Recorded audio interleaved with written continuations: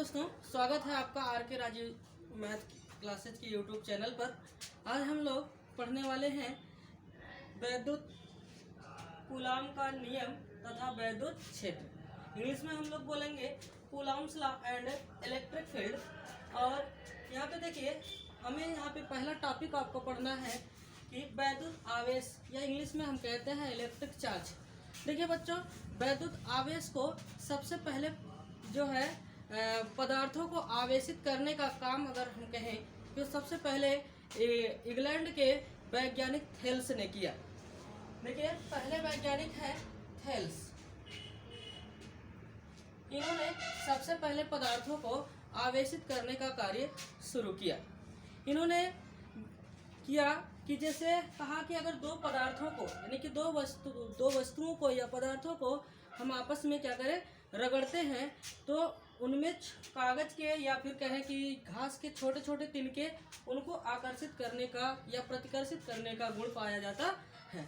देखिए, हम मान लें कि अगर यहाँ पे जैसे दो वस्तुएं हैं हमारी ए, मान लीजिए कोई वस्तु ए है और यहाँ पे कोई वस्तु क्या है, बी है। अगर इन दोनों को हम आपस में क्या करेंगे, रगड़ देंगे, तो इसमें क्या होगे कि ये दोनों जो है आवेशित हो जाएंगे। कहने का मतलब ये इनमें छोटे छोटे कागज के टुकड़ों को अपनी ओर खींच लेने अथवा प्रतिकर्षित करने का गुण पाया जाता है। तो दूसरे वैज्ञानिक इसके बाद आते हैं आपके Benjamin Franklin. Benjamin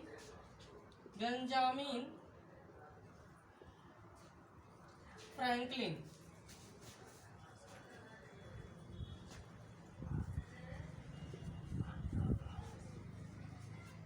Benjamin Franklin ये बच्चों अमेरिका के वैज्ञानिक थे। इनको जो है पतंग उड़ाने का या बड़े बड़े पतंग के कंपटीशन का बहुत शौक था। इन्होंने क्या किया कि अपने यहाँ ये एक बार जो है पतंग उड़ा रहे थे, ये पतंग को उड़ा रहे थे, आकाश में अचानक से जो है मौसम परिवर्तन के कारण घटना घटी, और जिसके कारण से वहाँ पे बादलों के आपस में फ्रैक्शन से, यानी कि घर्षण से क्या हुआ, लाइटिंग हुई। कहने का मतलब वहाँ पे जो है बिजली चमकना प्रारंभ की। और इन्होंने पतंग के डोर में एक जो है किसी भी धातु का, कोई भी धातु ले ले, कि सिल्वर धातु का किसी भी धातु का इन्होंने क्या किया था, एक रिंग बांध रखी थी, अंगूठी बांध रखी थी। इन्होंने देखा कि जब ये बिजली की चमकने की स्थिति में जब ये अंगूठी नीचे आई तो इनके ये जो है धागे के साथ रगड़ खाने के बाद जब नीचे आई तो इनके हाथों में जो डोर है उस पर क्या है कि इलेक्ट्रिक शॉक सा लगा। कहने का मतलब इनके हाथों पर झटका लगना प्रारंभ हुआ, जिससे इन्होंने ये बताया कि आकाश में चमकने वाली बिजली जो होती, आकाश में जो चमकने वाली जो लाइट है वो क्या है, एक प्रकार की विद्युत है ना। तो आइए इनके इस प्रयोग के आधार पर वैज्ञानिकों ने जो है भिन्न भिन्न प्रयोग किए हैं। आइए देखते हैं।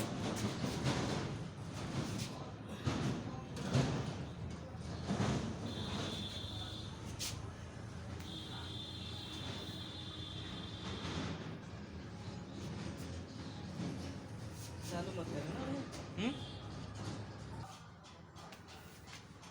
देखिए, तो वैज्ञानिकों ने क्या किया, दो निष्कर्ष निकाला।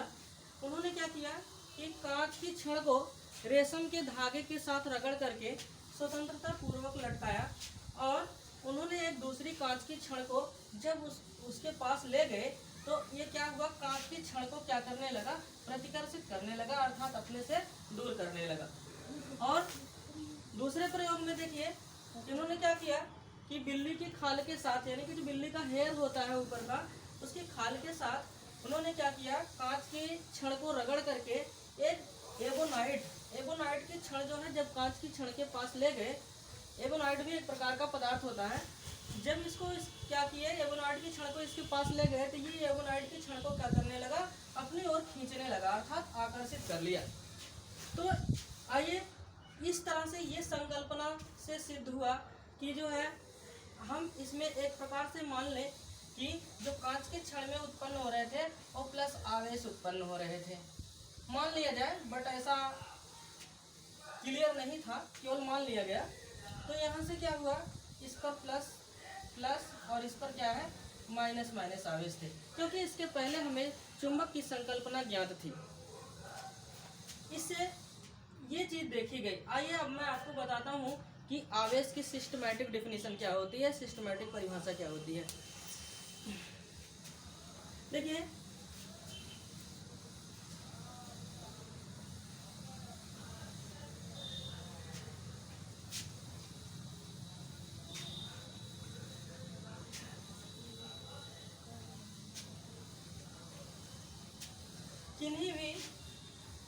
किन्हीं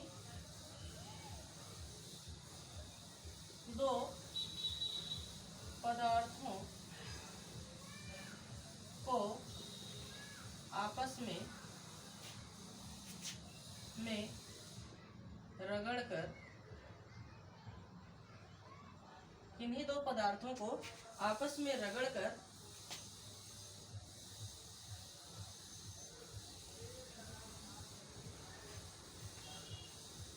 छोड़ देने पर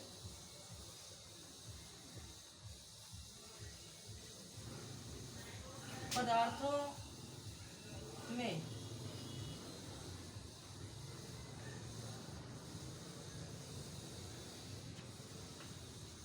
हल्के कागज के टुकड़े, हल्के कागज के टुकड़ों तथा घास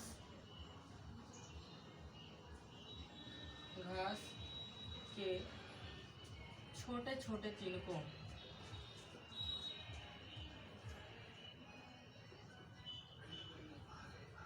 को अपनी ओर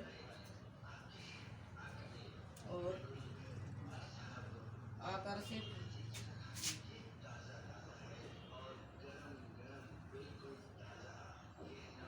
करने अथवा प्रतिकर्षित करने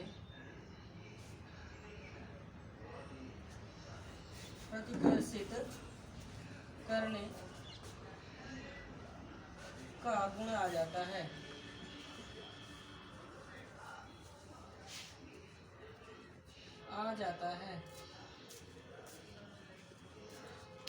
जिन्हें आवेश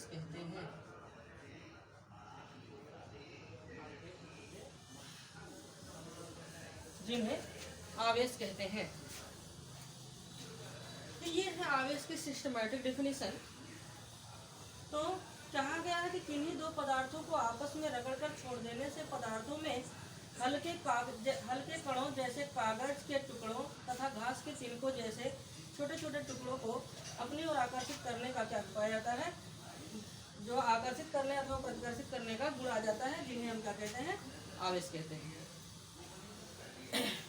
आइए हम बात करते हैं आगे आवेश के प्रकार की।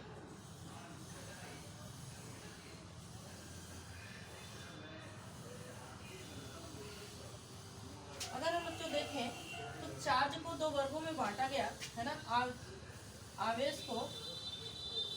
आवेश जो है आपका, इंग्लिश में कहेंगे हम चार्ज, इसको दो वर्गों में बांटा गया। एक होता है धनावेश। आवेश के प्रकार है, हेडलाइन आपकी क्या होगी, आवेश के प्रकार। धनावेश, जिसे हम कहेंगे पॉजिटिव चार्ज।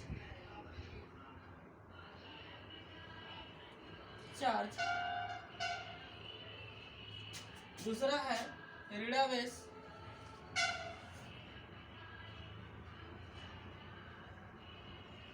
जिसे हम कहेंगे नेगेटिव चार्ज।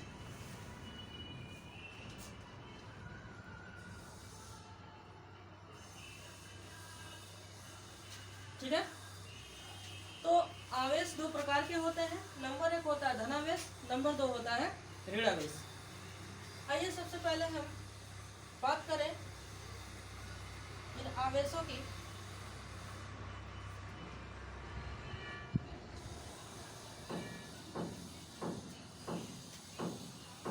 तो आवेश को दो वर्गों में बांटा गया। तो आवेश देखिए बच्चों, एक बात और बता दें, आवेश का जो गुण होता है कि जैसे आप देखें, जब मार्केट में जाते हैं तो अगर आपसे कोई दूसरा जेंडर का, यानी कि कह लें कि लेडी पर्सन है ना, जब मतलब पूरी तरह से क्या है कि अपना अच्छे से कपड़ा वगैरह पहन के निकलती है, तो बच्चे लोग क्या होते हैं कि जो है थोड़ा अट्रैक्टिव हो जाते हैं, है ना। और जब कोई जेंट्स पर्सन जो है कपड़ा पहन के निकलता है तो उससे लोगों को घृणा होने लगती है, उससे लोग जो है दूर हटने लगते हैं। जिस तरह से जो है मेल और फीमेल के बीच में क्या होता है, आकर्षण होता है, उसी तरह से दो विपरीत चार्जों, यानी कि धन आवेश और ऋण आवेश दोनों के मध्य में क्या होता है, आकर्षण होता है।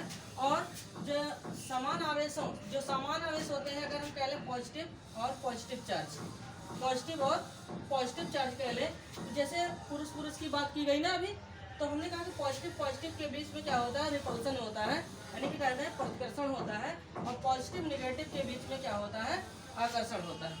बात समझ में आई? इसी तरह से हम अगली संकल्पना की अगर बात करें, अगली संकल्पना हमारी हो जाएगी, यहाँ से थोड़ा देखना। तो धनावेश क्या होते हैं, ऋणावेश क्या होते हैं। तो सबसे पहले हम आवेश उत्पत्ति का इलेक्ट्रॉनिक सिद्धांत पर चर्चा करेंगे, इसके बाद आपको बताएंगे धनावेश क्या है और ऋणावेश क्या है। आवेश उत्पत्ति का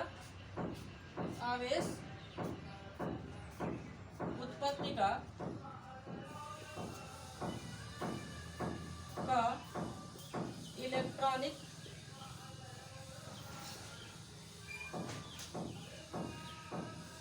सिद्धांत, आवेश उत्पत्ति का इलेक्ट्रॉनिक सिद्धांत, ये क्या होता है। देखिए, अगर हम मान लें दो पदार्थ हमारे हैं, मान लिया जाए यहाँ पे सोडियम है Na, और यहाँ पे क्या है, क्लोरीन है, जिसे हम क्या है, Cl, है ना, NaCl।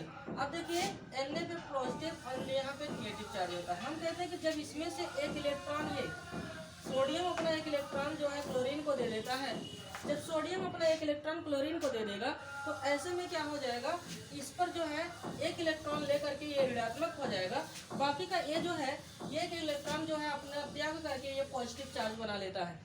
तो ऐसे में अगर हम बात करें आगे, तो देखिए सोडियम, अब देखिए सोडियम क्या है, यानी कि इलेक्ट्रॉनों को क्या कर रहा है, डोनेट कर रहा है, दे रहा है, दाता का कार्य कर रहा है। यानी कि जब इलेक्ट्रॉन निकल करके जो है किसी दूसरे एटम में जाते हैं, और देने के बाद वो क्या हो जाते हैं, पॉजिटिव हो जाते हैं, और जो ग्रहण करते हैं वो क्या हो जाते हैं, नेगेटिव। तो इलेक्ट्रॉनों को देने के बाद, इलेक्ट्रॉनों को दे देने के बाद जो यहाँ पे आवेश आ जाता है, उसे हम क्या कहते हैं, धनावेश। यानी कि वे पदार्थ जो इलेक्ट्रॉन त्यागने का काम करते हैं उन्हें हम क्या कहते हैं, धनावेश कहते हैं। और जो इलेक्ट्रॉनों को ग्रहण करने का कार्य करते हैं उनमें क्या है, उन्हें क्या कहते हैं, ऋणावेश कहते हैं। तो ये है बच्चों धनावेश, और ये क्या है, ऋणावेश। तो इलेक्ट्रॉन को ग्रहण करने, यानी कि वे पदार्थ जो इलेक्ट्रॉन को ग्रहण करते हैं वो ऋणावेशित हो जाते हैं, और जो त्याग देते हैं वो क्या हो जाते हैं, धनावेशित हो जाते हैं। आइए हम बात करते हैं आवेश संरक्षण का सिद्धांत। जिस प्रकार से हम लोगों ने ऊर्जा संरक्षण का सिद्धांत पढ़ा था, उसी प्रकार से आवेश संरक्षण का सिद्धांत भी होता है।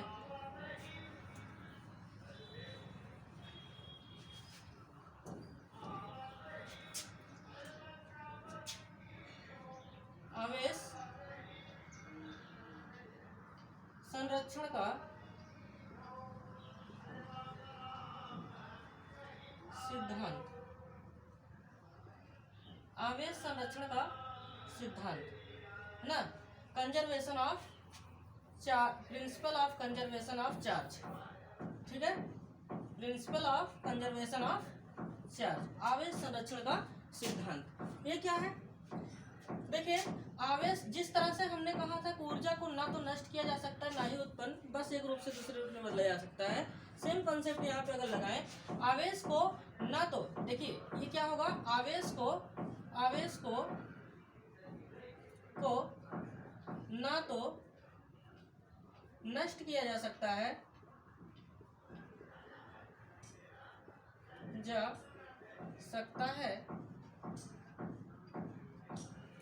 और ना ही उत्पन्न।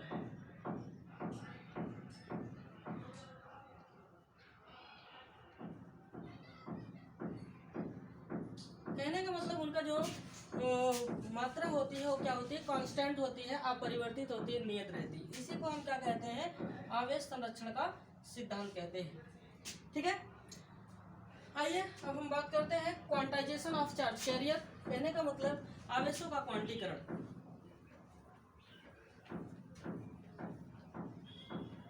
आवेशों का क्वांटीकरण क्या है?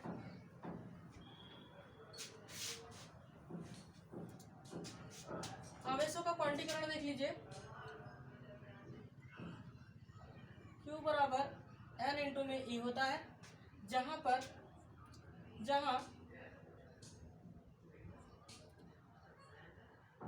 N बराबर होता है 1 2 3 4 अप टू 1 और E बराबर होता है 1.6 multiply 10 to the power minus 19। तो कहने का मतलब है ये E जो है इलेक्ट्रॉन है, N क्या है, नेचुरल नंबर है, प्राकृतिक संख्या है, या कुछ भी हो सकता है, 1 2 3 4 इस तरह से हो सकता है। तो अगर हम इसकी बात करें तो Q बराबर Na की, तो हम देखें कि आवेशों का क्वांटीकरण, यही पढ़ रहे थे आप लोग ना, आवेशों का क्वांटीकरण।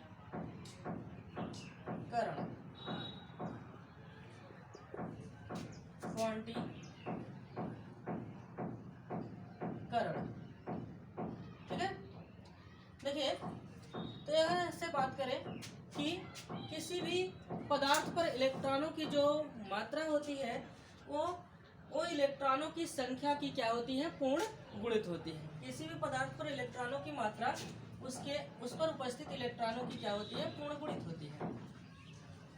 किसी भी पदार्थ पर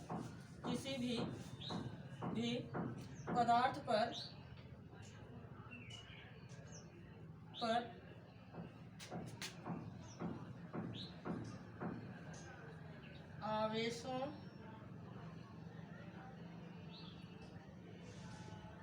की मात्रा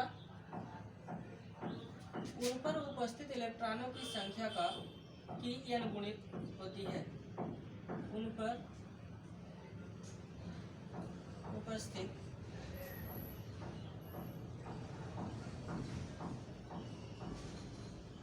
इलेक्ट्रॉनों की n गुना होती है।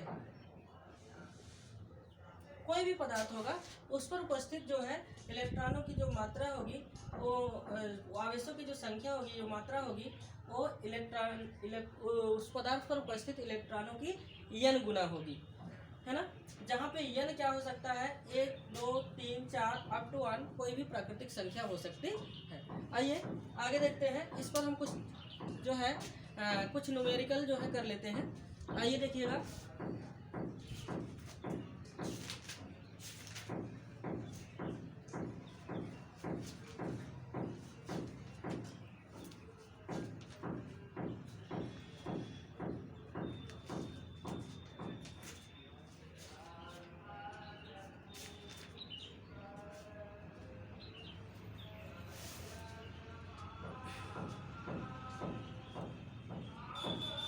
देखिए न्यूमेरिकल को देख लीजिए, कह रहा है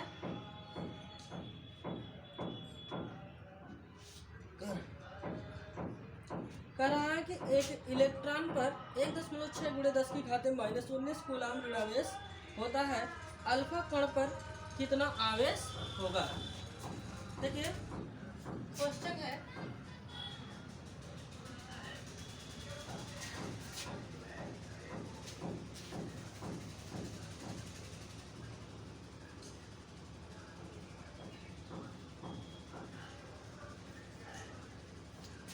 क्वेश्चन नंबर 1 देखिएगा,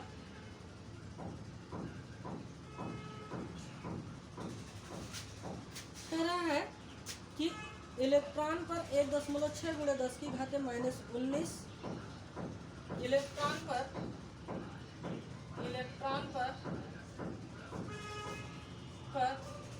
1.6 गुणे 10 की घाते माइनस 19 कूलम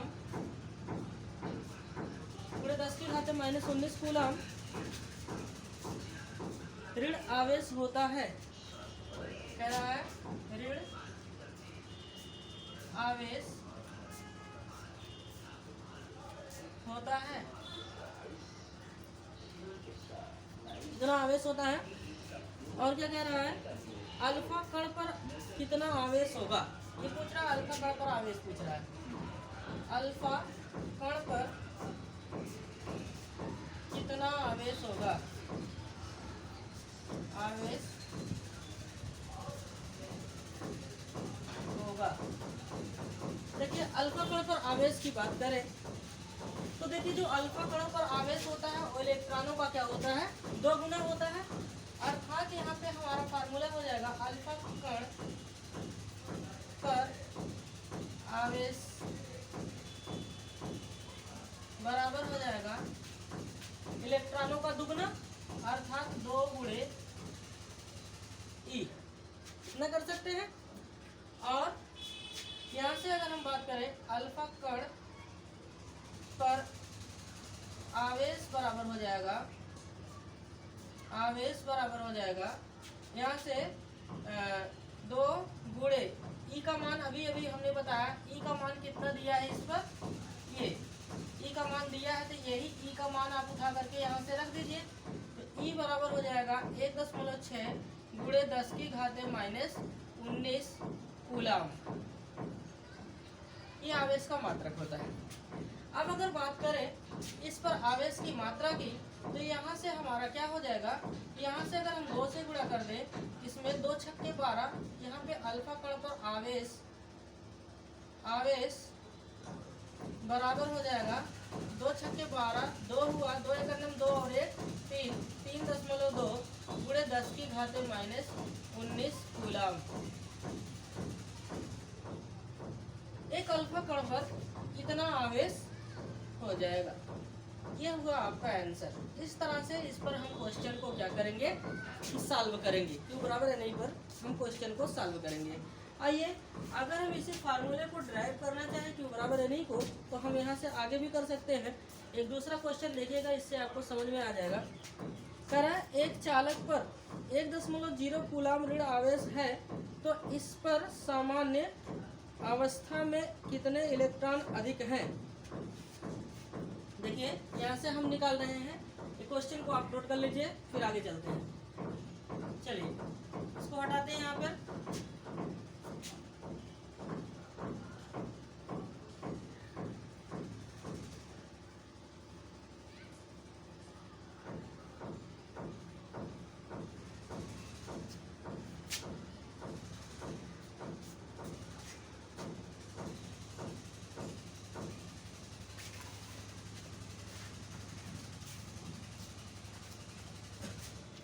यहाँ से देखना क्वेश्चन नंबर 2 है।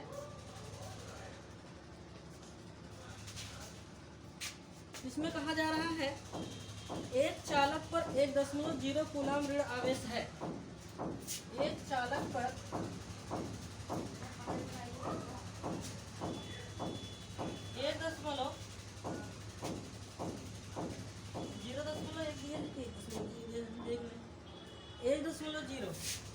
1.0 कूलम ऋण आवेश है। ऋण आवेश है। आगे क्या पूछ रहा है?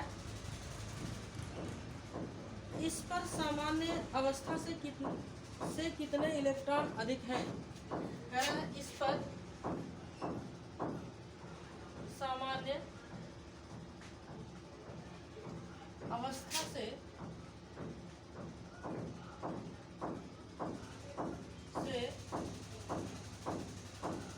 कितने इलेक्ट्रॉन अधिक हैं?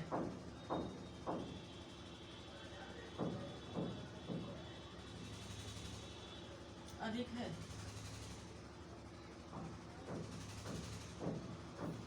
ठीक है, चलिए सबसे पहले हम लोग क्वांटाइजेशन ऑफ चार्ज के फार्मूले को हम देख लेते हैं। यहाँ से फिर इसके बाद आगे चालू करते हैं। हम लोगों ने पढ़ा है Q बराबर N इंटू में E। तो हमसे पूछ रहा है, सबसे पहले देखिए आप यहाँ से लिख सकते हैं, दिया है, क्या दिया है, दिया है आपको, यहाँ से लिख सकते हैं हम लोग इतना, एक गैस चालक पर इतना कूलाम ऋणावेश है, ऋणावेश दिया है। तो Q बराबर आपको दिया है कितना, 1.0 गुणे 10 की घाते, नहीं 1.0 केवल दिया है, ठीक। और आपको क्या दिया है, एक इलेक्ट्रॉन पर कितना आवेश होता है, 1.6 गुणे 10 की घाते माइनस 19 कूलाम, ये ऋणावेश होता है, इतनी इसकी वैल्यू होती है कूलाम। अब हम लोगों ने फार्मूला पढ़ रखा है, Q इक्वल टू होता है N इंटू में E। हमें देखिए यहाँ पे N निकालना है, N बराबर क्वेश्चन मार्क, N नहीं पता है तो हम क्या करेंगे, N को यहीं छोड़ देंगे, E को रिप्लेस करेंगे, इधर आएगा, इधर पक्षांतर कर देंगे, तो ये फार्मूला हमारा बन जाएगा N बराबर Q बटा, यहाँ से हो जाएगा E। अब इस पर हम वैल्यू रख दें, N की वैल्यू तो हमें दी नहीं है, अर्थात हम यहाँ से कर सकते हैं N बराबर, यहाँ से हम देखिए इसकी वैल्यू हमें दी है कितना है, 1 है ना, दशमलव कितना है 0, और बटे यहाँ से क्या है E का मान 1.6 गुणे 10 की घाते माइनस 19 है ना कूलाम, है ना। तो अब देखिए यहाँ से हम क्या करें, इसको हटा लें, है ना। तो यहाँ से इसको अगर हम हटा लें, दशमलव को, दशमलव देखिए कट भी सकता है, समान अंक पे है तो दशमलव से दशमलव मर जाएगा, है ना। और हमारे पास बचा क्या है, हमारे पास यहाँ से बचा है, हाँ ये हमारे पास बचा है यहाँ पे 10, है ना, दशमलव से दशमलव कट गया, तो यहाँ से हमारा क्या हो जाएगा, N बराबर हो जाएगा हमारा 10 बटे क्या हो जाएगा हमारे पास 16, है ना, गुणे 10 की घाते माइनस 19 कूलम। अब हम क्या करेंगे, भाग तो जाएगा नहीं, 16 बड़ा है, इसलिए हम क्या करेंगे, यहाँ से देखेंगे, अगर हम यहाँ से क्या कर दें कि 10 में हम 16 से भाग कर दें, तो देखिए बड़ा है, भाग तो जाएगा नहीं, यहाँ पे 0, यहाँ दशमलव, यहाँ 0 कर लेंगे, तो यहाँ से कितना हो जाएगा, 16 छक्का 96, तो यहाँ से हो जाएगा, ये आगे इम्प्लाई करेगा, यहाँ से हो जाएगा 0.6, है ना। और यहाँ से हम करेंगे, यहाँ से 96, तो यहाँ से 100 में से अगर 96 निकाल देंगे, 96 400 होता है, तो बचेगा 4, है ना। तो यहाँ से हम क्या करेंगे, 0 ले लेंगे, तो क्या हो जाएगा 16 दूना 32 हो जाएगा 2, यहाँ भी हम 2 लिख सकते हैं, है ना। इसके बाद हो जाएगा यहाँ 32 लिखेंगे। अब हम घटाएंगे, 10 में से 2 जाएगा तो यहाँ से हो जाएगा 8, यहाँ पे 3 में से 3 जाएगा, कुछ नहीं बचेगा, यहाँ 0 बढ़ाएंगे और 16 बचे कितना हो जाएगा 80, तो यहाँ से हम करेंगे 5, और यहाँ से कितना हो जाएगा 80 से 80 हमारा क्या हो जाएगा, कैंसिल हो जाएगा, है ना। तो इस प्रकार से आप छोटे से तरीके से आप भाग भी लगा सकते हैं, डायरेक्ट भी काट सकते हैं। अब देखिए हम दशमलव का एक अंक हम क्या करेंगे, इधर रिप्लेस करेंगे। अब गुणे हमारे पास बचा है 10 की घाते माइनस 19 बचा है। अब हम देखिए जब दशमलव को हम एक अंक इधर खिसकाएंगे, तो यहाँ से क्या हो जाएगा, एक पावर यहाँ से हट जाएगी, अर्थात आ जाएगा हमारे पास 6.25 गुणे 10 की घाते माइनस 18 कूलम। देखिए किताबों में इतना आंसर दिया है, बट जैसा कि आप लोग पहले पढ़ चुके हैं, हमने कहा है कि आवेश हमेशा क्या होते हैं कि अप क्वार्क और डाउन क्वार्क को छोड़ करके, अप क्वार्क क्या होता है आपको बता दें, अप क्वार्क होता है 1/3 प्लस माइनस 1/3, ये अप क्वार्क है। क्वार्क भी एक प्रकार का जो है हमारा एलिमेंट होता है। और देखिए जो प्लस माइनस 2/3 ये हमारा डाउन क्वार्क होता है। इन्हीं को छोड़ करके जितने भी हमारे जो पदार्थ हैं उनमें इलेक्ट्रॉनों को हम क्या कर सकते हैं कि विभाजित नहीं कर सकते, अर्थात वो भिन्नात्मक रूप में ट्रांसपोर्ट नहीं होते हैं, मतलब स्थानांतरित नहीं होते, केवल अप क्वार्क और डाउन क्वार्क को छोड़कर। आइए आपकी किताब में आंसर इतना ही दिया गया है, बट हम क्या करेंगे कि जो है, क्योंकि ये दशमलव भिन्न में तो होता नहीं, हम क्या करेंगे, यहाँ से 2 अंक खिसकाने के लिए हम क्या करेंगे, यहाँ से हम 100 से गुणा करके एक पावर यहाँ से 100 से गुणा कर देंगे, 2 पावर यहाँ से घटा देंगे, तो ऐसे में हमारे पास 625 आ जाएगा। बट आपकी किताब में आंसर इतना ही दिया गया है, आप आगे भी सॉल्व कर सकते हैं, ठीक है। तो इस तरह से बाकी के जो बचे हुए क्वेश्चन मैं आपको कल कराऊंगा। तब तक के लिए स्वस्थ रहिए, मस्त रहिए। जय हिंद, जय भारत।